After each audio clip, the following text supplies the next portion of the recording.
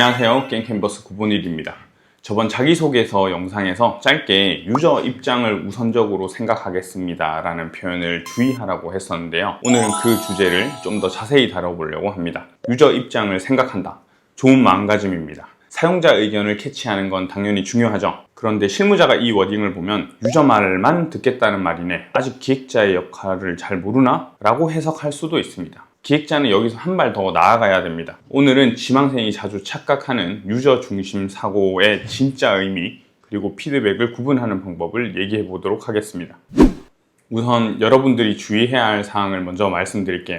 첫 번째로, 유저 피드백은 대부분 감정입니다. 캐릭터가 약하다, 보상이 적다, 기능이 불편하다, 이런 피드백은 정말 많이 봤을 거고 아마 유저로 게임을 하다가도 많이 느끼셨을 겁니다. 그런데 대부분은 그저 느낌이에요. 시스템이 아니라 감정입니다. 그런데 기획자가 유저들이 캐릭터가 약하니까 공격력을 30% 올려야 되겠다, 이렇게 다 들어주면 망합니다. 진짜 망합니다. 특히 그걸로 인해서 데미지 인플레이션이 발생할 수 있고 기존 캐릭터가 또 약해지고, 그러다 보면 전반적인 승률에도 영향이 갑니다. 즉, 하나를 해결하면 다른 하나에서 문제가 발생한다는 거죠. 기획자가 할 일은 그 느낌 뒤에 있는 구조나 맥락을 봐야 합니다. 예를 들어서 캐릭터가 약하다는 말이 나왔다면 조합을 의도하고 만든 캐릭터인지, 단일로서 성능이 좋은 캐릭터인지를 분류하고, 어떤 콘텐츠에서 체감되는 데미지량이 적다는 건지, 어떤 스킬에서 데미지가 발생하지 않는 건지를 보고 상황이 필요하면 그때 건의를 하는 거죠. 최소한 이렇게 사고해야지 기획자입니다. 이런 식으로 분석하고 원인을 파악하는 훈련이나 습관이 안 되어 있으신 분들이 생각보다 많고, 게임 고인물들이 이 분석을 더 잘하는 경우도 있습니다. 그러니 기획 의도를 빠르게 분석하고 더 나아가서 어떻게 하면 개선될 수 있을지를 생각하는 습관을 만드셔야 됩니다. 과거에 제가 롤을 하고 있을 때 사용자들이 가렘 버프 좀 노래를 할 때가 있었습니다. 하도 그런 요구가 많아서 라이엇 게임즈에서는 W 스킬을 버프했었고, 유미가 탑승한 가렌은 그야말로 챔피언 믹서기가 됐습니다. W를 키고 지나가면 원딜이나 서포터들은 다 삭제가 됐었죠. 결국 일주일 만에 패치가 됐습니다. 두 번째는 유저 피드백이 단발성이라는 것입니다. 예를 들어서 자동 전투가 없는 게임을 한다고 쳐봅시다. 수동 전투가 힘드니까 자동 전투가 있었으면 좋겠어요 정도로 끝나는 게 유저 피드백이죠. 하지만 실제 문제는 전투 자체의 긴장 곡선이 없거나 혹은 반복해야 될 필요성이 없는 구조를 띠고 있을 수 있는 거죠. 그럼 자동 전투를 한다고 그 전투를 계속 할까요? 또 자동 전투가 도입됐을 때는 게임에 장기적으로 어떤 현상이 발생될까요?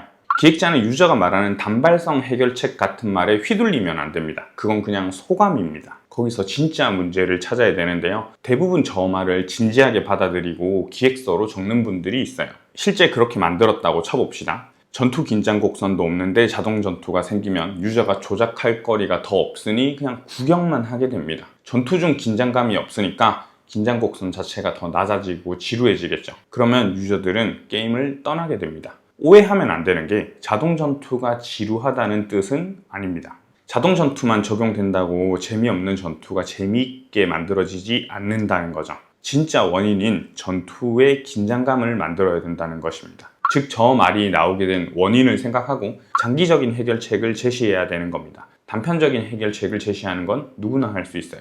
세 번째는, 사용자의 피드백은 때론 모순됩니다. 결론부터 이야기하면 기획서의 기획 의도로 유저 의견의 일부분만 캡처해서 쓰지 말라는 겁니다. 여기 두 명의 유저가 있습니다. 어떤 유저는 던전의 플레이가 너무 어렵고 너무 길어요 라는 피드백이 있고, 또 한 명은 너무 쉽고 짧다고 얘기합니다. 이걸 둘 다 반영하면 어떻게 될까요? 던전 하나가 두 개의 버전으로 나뉘고 난이도도 복수 버전으로 생기고, 그럼에도 보상은 비슷해지고 기획이 이상해지겠죠. 내가 플레이한 갓겜도 누구에게는 똥게임이 될 수 있는 것처럼 사람마다 느끼는 재미와 경험은 주관적입니다. 기획자는 이걸 합리적으로 판단할 수 있어야 됩니다. 여기까지 유저 피드백에 주의해야 할 부분을 알아봤습니다. 유저의 의견은 당연히 중요합니다. 하지만 나무를 보는 게 아니라 숲을 봐야 됩니다. 제가 아까 유저 의견의 일부분만 캡처해서 기획 의도로 쓰지 말라고 했는데, 이걸 객관적으로 표현하려면 어떻게 해야 될까요? 바로 수치로 표현하면 됩니다. 주관적인 의견을 어떻게 숫자로 표현할까요? 바로 전체 의견 중 해당하는 의견이 몇 %인지 말하면 됩니다. 예를 들어서 신규 던전에 대한 개선을 위해서 유저 의견을 기획 의도로 쓴다고 합시다. 왼쪽과 오른쪽 둘 중 뭐가 더 설득력 있어 보이나요?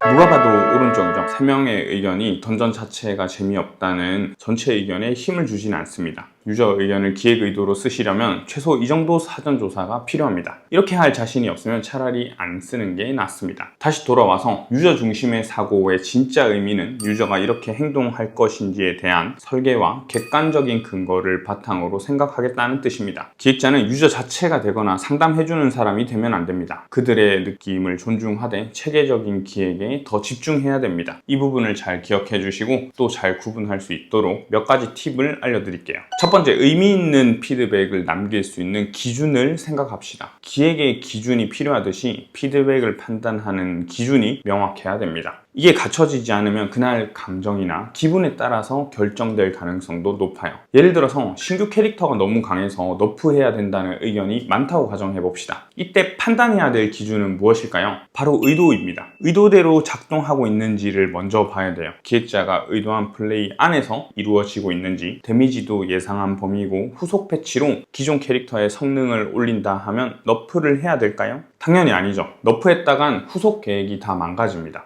그런데 기획자가 예상하지 못한 플레이 방식이 유저들 사이에 퍼져나갔고 그걸로 인해서 의도보다 많은 수치가 발생됐다면 조치를 해야 되는 거죠. 예를 들어서 HP가 50% 미만으로 내려갔을 때 강화가 되는 캐릭터인데 유저들이 HP 관련 장비를 벗고 50% 미만이 됐을 때 다시 장비를 착용해서 HP를 늘리는 예상치 못한 플레이를 한다고 가정합시다. 그때는 조정이 필요합니다. 다만 단순히 수치 부분을 너프하는 방법보다는 그 문제가 발생하게 된 계기, 전투에는 장비를 교체할 수 없게 하거나 최대 HP가 변경될 경우 스킬이 취소되거나 쿨타임이 돌아가거나 등의 규칙이 추가돼야 되는 겁니다. 이런 식으로 기준을 명확하게 세우시면 됩니다. 두 번째는 언어가 아니라 패턴으로 정리합시다. 무슨 말이냐 하면 단어에 초점을 두지 말고 왜 나왔는지에 대한 원인을 파악하라는 뜻입니다. 예를 들어 신규 유저 이벤트를 라이브 서버에 적용했다고 가정해봅시다. 유저들의 의견을 취합해보니 이런 내용이 많이 나왔어요.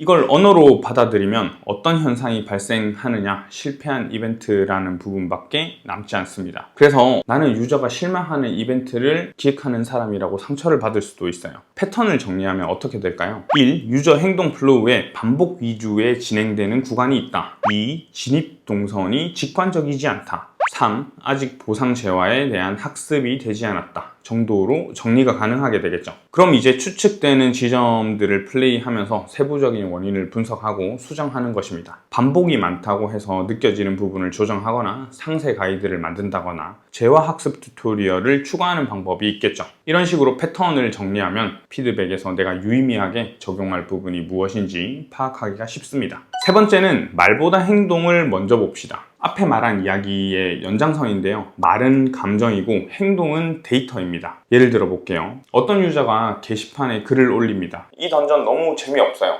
지루해서 하기가 싫어요. 근데 실제 데이터 로그를 보니까 던전을 일주일 동안 27회를 플레이했습니다. 이건 무슨 의미일까요? 정말 재미없어서 안 하고 싶은 콘텐츠라면 안 했겠죠. 관심도 안 가질 겁니다. 그런데 계속 하고 있습니다. 해석하자면 던전 구조는 반복적이지만 보상이 매력적이어서 단점을 상쇄하고 있는 케이스입니다. 그럼 보상 쪽은 수정할 필요가 없고 경험이 반복적인 것에 대한 초점을 맞춰서 파악해야 되겠죠. 다만 던전 개선의 우선순위는 당연히 낮아집니다. 콘텐츠는 유저들이 반복을 하고 진행을 하고 있으니까요. 그리고 이걸 개선해야 되겠다 싶은 시점이 왔을 때 자동으로 반복하는 기능이나 소탕을 추가하거나 여러 가지 방법 등을 통해서 체감 피로도를 낮출 수 있는 장치를 만드는 거죠. 이런 식으로 접근해야 됩니다. 중요한 것은 말은 순간의 감정이고 행동은 반복의 결과이니까 이 부분을 잘 캐치하셔야 됩니다. 마지막입니다. 여론을 계층적으로 나눠서 봐야 됩니다. 모든 유저들은 똑같지 않습니다. 그런데 많은 지망생들과 실무자들이 종종 이걸 잊고 판단을 하는데요. 예를 들어 커뮤니티에 이런 글이 올라온다고 가정해 봅시다. 이런 글을 보면 당연히 기획자는 긴장이 되죠. 모든 유저가 불만이 많구나 라고 생각할 수도 있습니다. 하지만 이 판단은 굉장히 위험해요. 왜냐하면 이 글 쓴 유저는 전체 중에 일부, 그것도 불만이 많은 표면층일 가능성이 높아요. 그래서 기획자는 유저 여론을 표면층과 중간층, 잠재층 이렇게 세 가지 층으로 나눠서 봐야 됩니다. 각 층의 특징을 봅시다. 첫 번째 표면층은 말하는 사람입니다. 즉 커뮤니티나 리뷰, 설문 참여자 등 소리를 내는 유저들이고 아주 적극적이고 극단적입니다. 좋거나 나쁘거나로 나뉘어서 이야기합니다. 두 번째 중간층은 실제 게임 내에서 행동하는 사람들입니다. 이탈률, 튜토리얼 완료율, 구매 전환율처럼 숫자로 파악이 가능하죠. 아무 말 안 하지만 행동으로 반응합니다. 세 번째 잠재층은 신규 라이트 눈팅하는 사람들입니다. 이들은 아무 피드백도 주지 않습니다. 하지만 이탈하거나 정착하는 비율이 수명에 직결됩니다. 그럼 층을 나눴으니 활용 방안도 알아봅시다. 우선 표면층은 경고등처럼 봐야 합니다. 불만의 방향성을 알려주는 정도고, 중간층은 리스크의 강도도 보여줍니다. 실제 문제가 터질지 말지를 판단하는 기준이 되기도 합니다. 잠재층은 기획의 미래를 보여줍니다. 이 사람들을 잃으면 미래의 성과가 꺾입니다. 예를 들어 신규 유저 정착률은 낮은데 커뮤니티가 조용하다.